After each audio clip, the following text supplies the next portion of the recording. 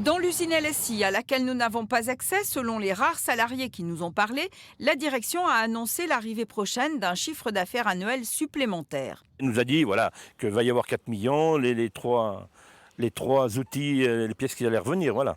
3 outils qui allaient revenir. C'est Ils tout ce vous ont qu'il. dit ça quand? Il y a une semaine, il y a jeudi dernier.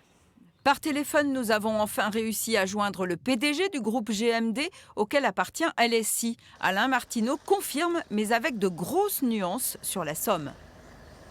Ah non, pour l'instant, nous avons une commande ferme d'1,5 million d'euros.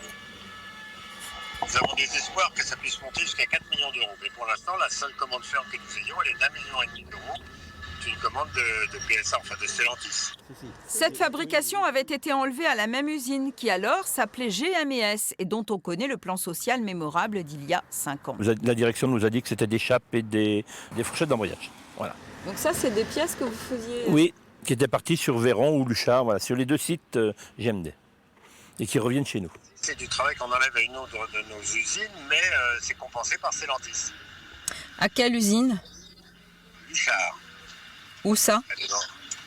elle est du côté de Grandvilliers. Grandvilliers, au sud-ouest d'Amiens. Autre question que se posent certains salariés, pourquoi cette annonce arrive pendant les présidentielles?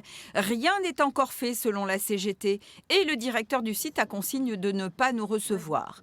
De l'aveu même du PDG, ce n'est pas cette commande, si elle se réalise, qui sauvera le site de la souterraine. Les constructeurs n'ont jamais tenu leur promesse d'il y a 5 ans, un plan de charge de 22 millions d'euros au total.